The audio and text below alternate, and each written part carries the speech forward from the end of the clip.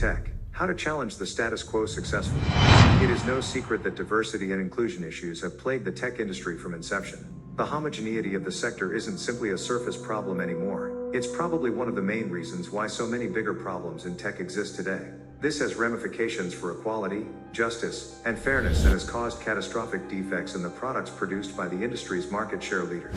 Plainly speaking, the diversity of tech companies nowadays simply doesn't reflect the variety of people in our world. For example, consider unfair facial recognition systems that worsen prejudice against people of color, or virtual reality headsets that might make women queasy, a technology mostly created by and for men. Is there potentially hope with new tech startups? Well, it depends on the founders of the company, as they set the tone for everyone else to follow. To succeed where the tech industry has failed in the past, Netooze introduced a bold set of diversity and inclusion goals and a robust way of achieving them, which we feel is a significant action towards developing a more egalitarian world. This was etched into the bylaws of our organization from inception. One of the reasons why we implemented these is because, well, firstly, as a new tech startup we could. You see, 68% of corporate executives report a lack of diversity in their tech workforce, and we certainly did not want to be part of that statistic. Dean Jones, CEO of Netu, saw a unique opportunity to address the prevalent inclusion and diversity challenges facing the tech industry, more specifically, semiconductor companies. Secondly, our leaders know firsthand from experience how it feels to be marginalized and treated differently and unfairly because of one's cultural background, sex, and/or disability. So wanted to start as they meant to go on, and at the same time lead by example. And thirdly, as a startup tech company, we wholeheartedly believe that for organizations to remain competitive in the talent market and relevant to their customers, diversity in technology is crucial, not optional. You see, it is not only the moral thing to do to prioritize diversity, equity, and inclusion, but it is also the new business imperative vital for addressing the current tech talent crisis. But what exactly is diversity and inclusion in tech? In a nutshell, it's about empowering people by respecting and appreciating what makes people different, in terms of age, gender, ethnicity, religion, disability, sexual orientation, education, and national origin, which ultimately comes down to adding fresh perspectives to a historically homogeneous and frequently exclusive sector. The examination of these distinctions is made possible by diversity in a supportive, encouraging, and safe atmosphere. It entails going beyond simple tolerance to guarantee that individuals actually value one another's diversity.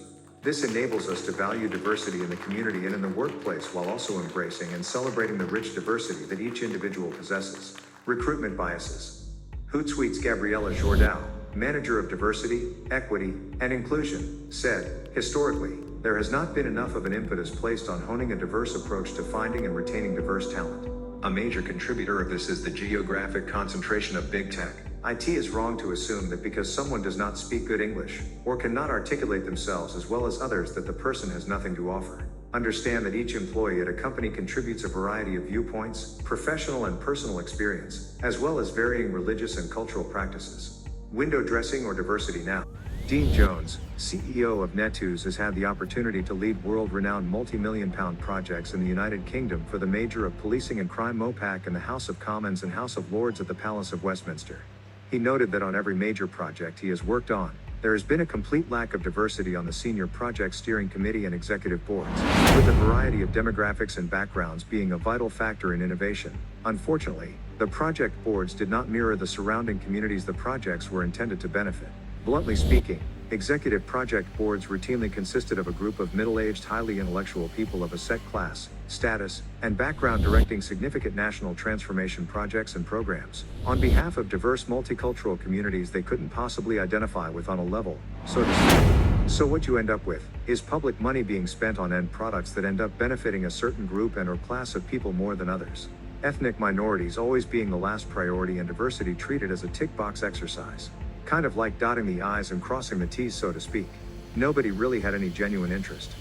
And if someone did, they were overruled.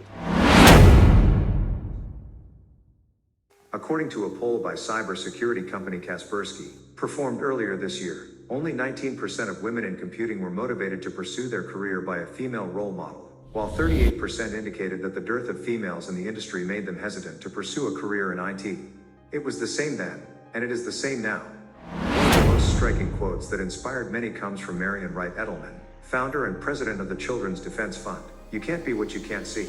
Though hyperbolic, Edelman's quote touches on a key barrier to women in computer science: a dearth of strong role models. without other women to look up to. Many young women are self-selecting out of a technical career path before they even really give it a chance. Young people from underrepresented groups must be inspired by positive role models from an early age if they are to recognize technology as a viable alternative for their futures and be aware of their opportunities. What you cannot see, you cannot be.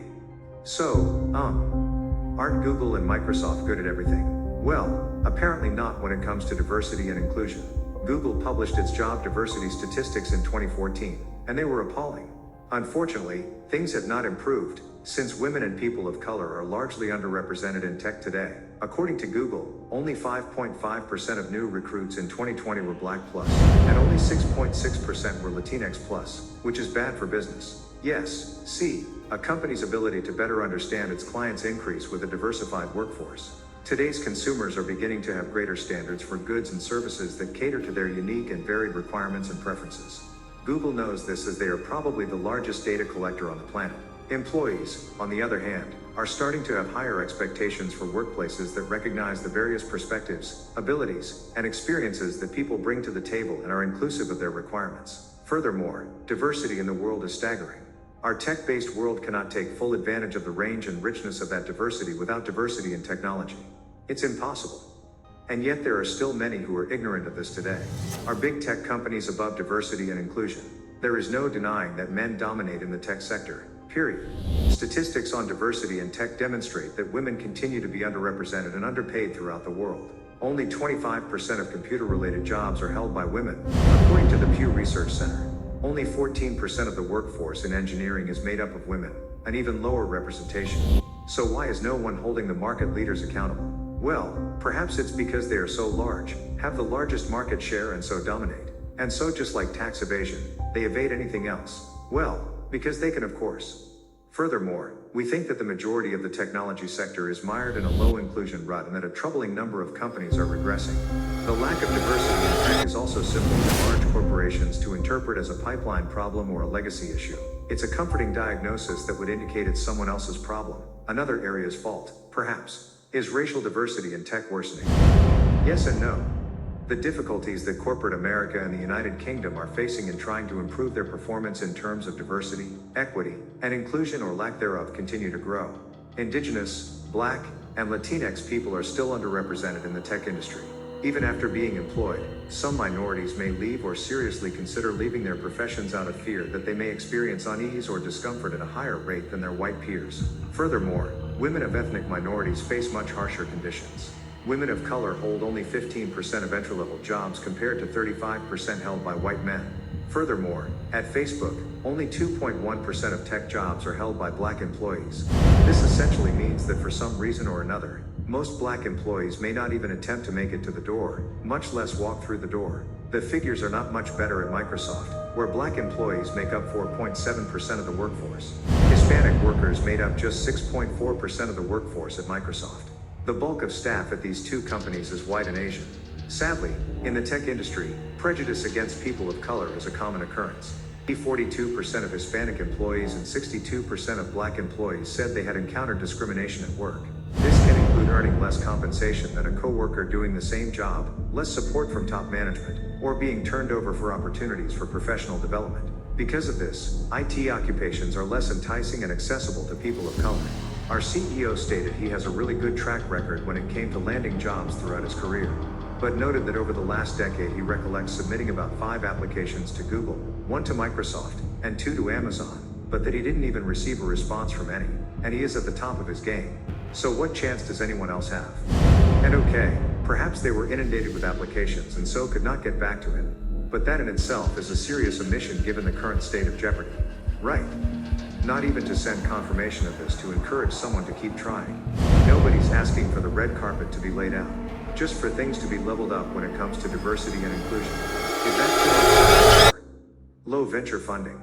Tech businesses are moving slowly toward diverse workplaces, and people of color and women still receive too little venture capital, said Dr. Elizabeth Shaw, the creator of 1000 Black Voices. This story rings true for Netooze, which has been funded by its founders. You see, it's also no secret that black entrepreneurs have had difficulty entering the technology sector. According to a study by NPO, only 0.24% of UK venture capital funding went to black founders, a startlingly low percentage given that black founders exhibit a 30% higher ROI than white founders. The settling fact is that the tech industry and the pipeline are like a colander. They both have holes throughout the entire thing. Before we start to see diverse and inclusive workplaces become the standard in technology, there are still a lot of gaps to be filled. These gaps range from attracting people, as previously mentioned, to the field to ensure that everyone has equal access to programs and entry-level opportunities. They also include uncomfortable and unwelcoming cultures that leak diverse talent and a lack of recognition and development for underrepresented people who do make it into organizations. Addressing diversity and inclusion in tech entails leaders taking full responsibility for plugging what Laura Smith, head of diversity, equity, and inclusion at Bolt, describes as holes in the structure. The ability to challenge the problems and develop fresh approaches to battle them rests with each individual employee, new founder, and investor. But in order to accomplish this, introspection and comprehension of how the industry arrived at this point are crucial. Top-level commitment is necessary, not optional or just a checkbox task. The industry will then develop faster and better than before and broaden the scope of its effective actions are taken to foster a more diverse global workforce.